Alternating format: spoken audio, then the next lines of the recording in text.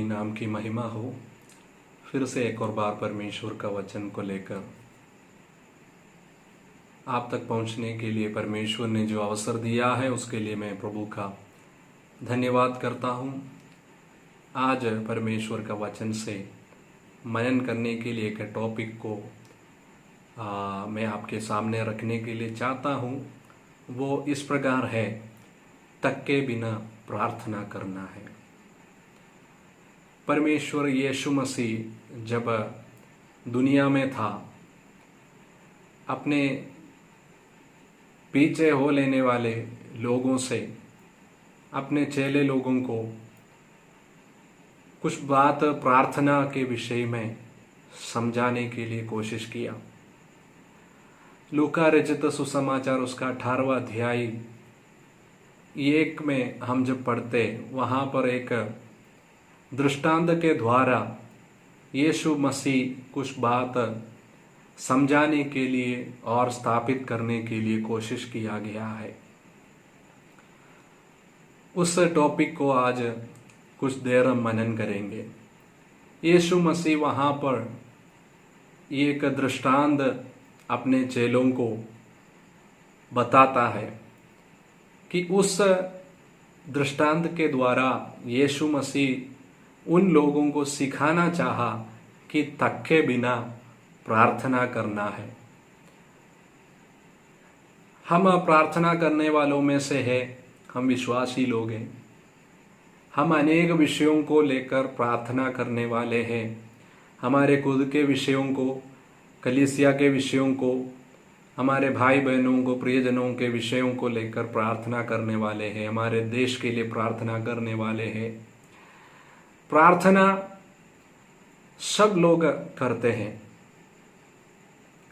लेकिन यीशु मसीह प्रार्थना के विषय में यहाँ पर बता रहा है कि थके बिना प्रार्थना करना है। उसका मतलब ही है हम थकने का चांसेस बहुत है। हालेलुया। उसको ध्यान में रखते हुए यीशु मसीह बताता है कि थके बिना प्रार्थना करना है। कई बार हम थक जाते हैं प्रार्थना में, क्योंकि हमारी प्रार्थना के विषयों को जब उत्तर, उसके जवाब जब लेट हो जाते हैं, तब हम थक जाते हैं। कई इंतजार के बाद, कई साल, कई दिन प्रार्थना करने के बाद भी जब हमारे प्रार्थना, जिस विषय के लिए हमने प्रार्थना किया है, उसके उत्तर हम देख नहीं पाते हैं, तब हम थक जाना चांसेस है।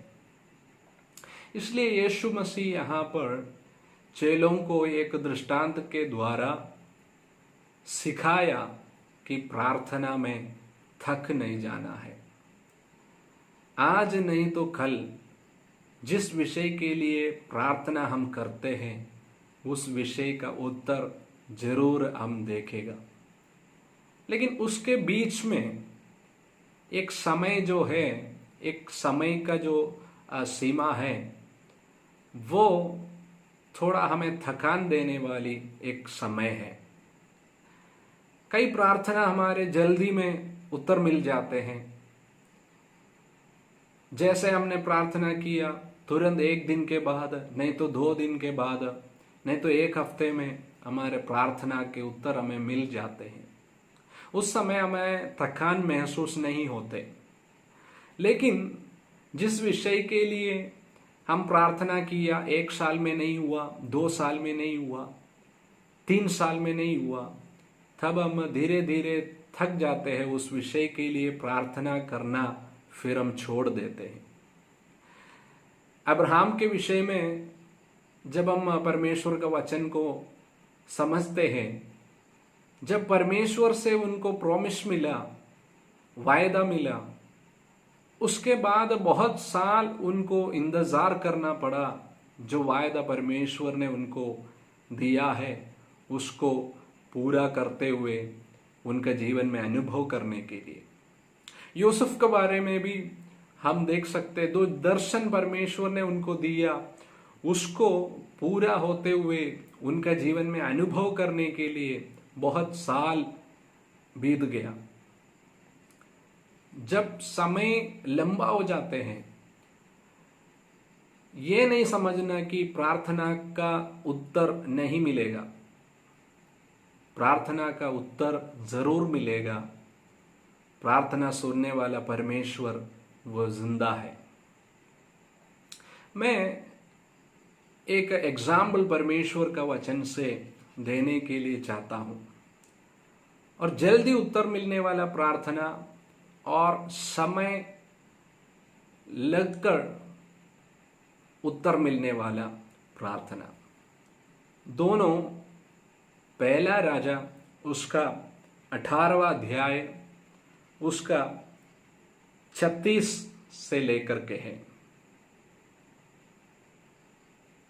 जिस विषय को हमने शुरू किया है वो लूका रचित सुसमाचार 18वां अध्याय का 1 से लेकर के है, और जो एग्जाम्पल के तौर में मैंने लिया है वो पहला राजा उसका 18वां अध्याय से है। यहाँ पर एक परमेश्वर का दास के विषय में हम देखते हैं पहला राजा उसका 18वां अध्याय में, जो परमेश्वर के लिए कई सालों बड़ी सेवकाई करने वाला एक परमेश्वर का दास। परमेश्वर ने उनको अपना हाथ में लेकर बड़े सामर्थ्य से इस्तेमाल किया,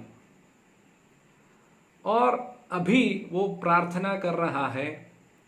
उसका जो संदर्भ है, इस्राएल में जो सच्चे परमेश्वर यहोवा को छोड़कर, उस समय के लोग जो हैं यहोवा परमेश्वर को छोड़कर बाल देवी देवताओं के पीछे उनको आराधना करने में लगे हुए थे। उस कारण से परमेश्वर का दास ऐसा एक चैलेंज इस्राएली लोगों के सामने रखता है कि आग से उत्तर देने वाला परमेश्वर ही परमेश्वर है। अगर बाल परमेश्वर है तो वो आग से उत्तर देगा, नहीं यहोवा परमेश्वर है तो वो आग से उत्तर देगा। जो आग से उत्तर देगा वही सच्चा परमेश्वर है। ये एक चैलेंज इस्राएली लोगों के सामने परमेश्वर का दास एलिया ने रखा। और उस समय जो बाल देवी देवताओं के जो आराधना करते हैं, उनके सामने उनकी आराधना के लिए, उनकी प्रार्थना के लिए परमेश्वर का दास एलिया समय देता है। और जब उनके समय समाप्त होते हैं, उस समय परमेश्वर का दास एलिया आकर उनकी प्रार्थना शुरू करता है। उनकी प्रार्थना शुरू होने से पहले वहां पर हम देख सकता है कि परमेश्वर का दास कुछ अरेंजमेंट प्रार्थना से पहले करता है। वो आकर बलिवेदी को पहले तैयार करता है, और उसके बाद हम उस परमेश्वर के वचन को जब पढ़ते हैं, वहां पर कुछ चीजें उन्होंने जो किया है उसके बारे में वहां पर एक्सप्लेन किया गया है। मैं उसमें जाने के लिए नहीं चाहता। और सारी तैयारी करने के बाद परमेश्वर का दास आकर एक छोटी सी प्रार्थना करता है। वो इस प्रकार है, फिर भेंट चढ़ाने के समय आ गया। उस समय एलिया नबी समीप जाकर, जिस वेदी को उसने बनाया है उस वेदी के समीप जाकर इस प्रकार कहने लगा, है इब्राहिम, इसहाक और इस्राएल के परमेश्वर यहोवा, आज ये प्रकट कर कि इस्राएल में तू ही परमेश्वर है और मैं तेरा दास हूं, और मैंने ये सब काम तेरे वचन पाकर ही किया है, ये तू स्थापित कर।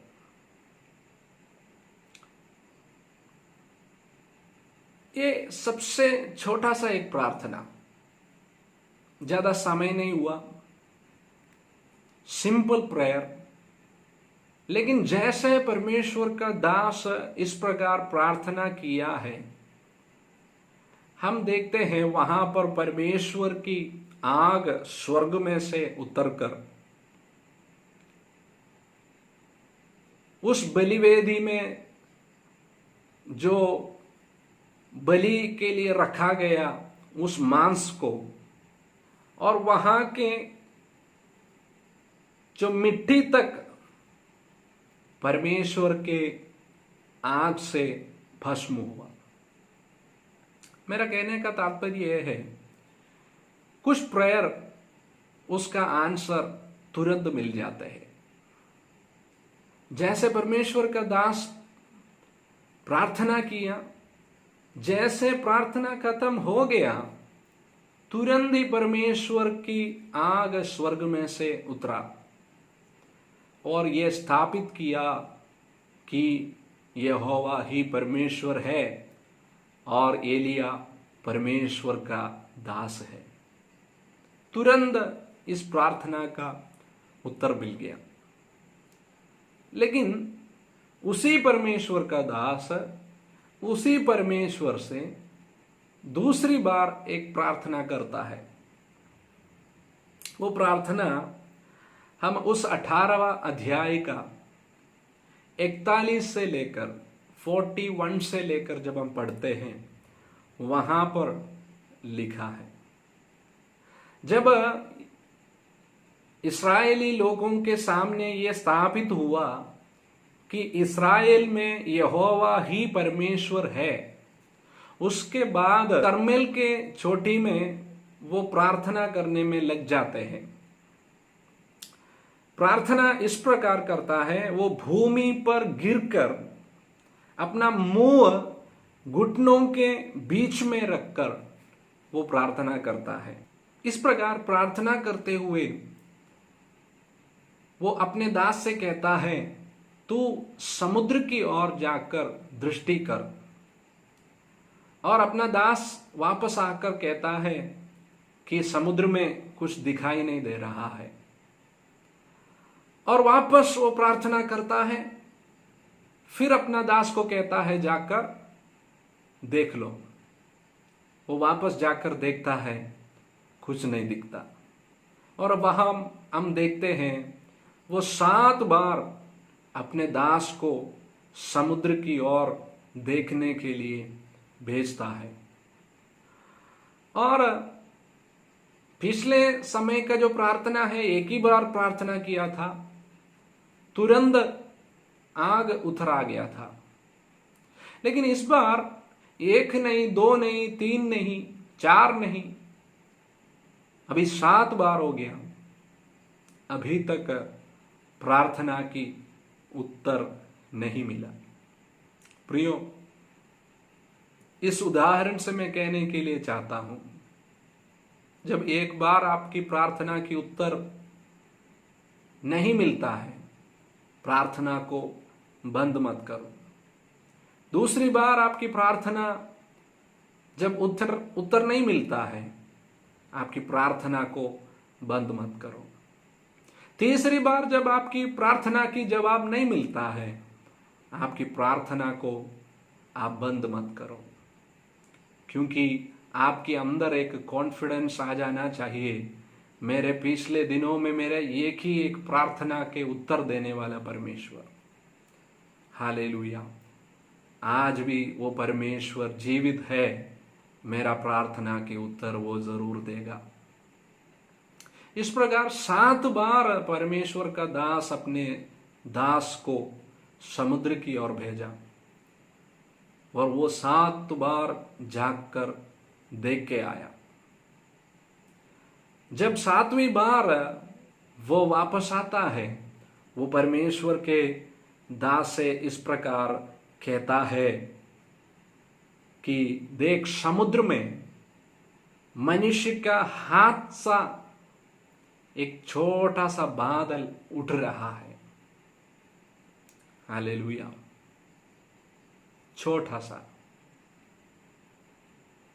7वीं बार, प्रियो, प्रार्थना बंद मत करो।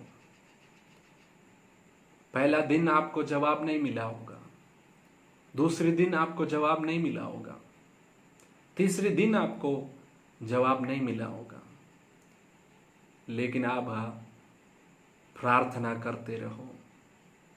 थके बिना प्रार्थना करो। जिस चीज के लिए आप आशा के साथ प्रार्थना कर रहा है, हालेलुया, जरूर आप उस विषय का उत्तर आपके आंखों के सामने, आपके हालेलुया जीवन में आप उसको अनुभव करने जा रहा है। जब परमेश्वर का दास के पास आकर उसने कहा कि समुद्र में से एक छोटे से मनुष्य का हाथ सा एक बादल उठ रहा है, वो इस प्रकार परमेश्वर का दास कहा। यहाँ पर आहाब के पास परमेश्वर का दास अपने दास को भेजता है और कहता है, जल्दी हालेलुया यहाँ से चले जाओ, क्योंकि उतना बड़ा एक बारिश आने वाला है। हालेलुया। परमेश्वर का दास हालेलुया जैसे इस बात को कहा, हालेलुया, वहां पर इस प्रकार लिखा है, थोड़ी देर में आकाश वायु से उड़ाई हुई आंधी से खाला हो गया और भारी वर्ष होने लगा। हालेलुया। यहां पर हम ये बात समझ सकता है, प्रार्थना का आज नहीं तो कल उसका उत्तर जरूर मिलेगा। हालेलुया। प्रार्थना में थकना नहीं, प्रार्थना करते रहो। प्रार्थना की जवाब परमेश्वर देने वाला है। जिस व्यक्ति ने प्रार्थना किया है उनके सामने परमेश्वर प्रार्थना की उत्तर दिया। हालेलुया।